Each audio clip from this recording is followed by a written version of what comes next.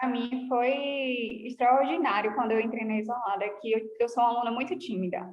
Sou bastante tímida para É. tirar dúvida também. Eu acho que eu fui essa trava, foi passando. Eu vi ali também a forma que eu respondia, né? Nenhum aluno ali saía constrangido. E aí, aos poucos, eu fui, com a isolada de química na sua aula, eu fui conseguindo tirar minhas dúvidas. E durante um ano aí foi que deslanchou.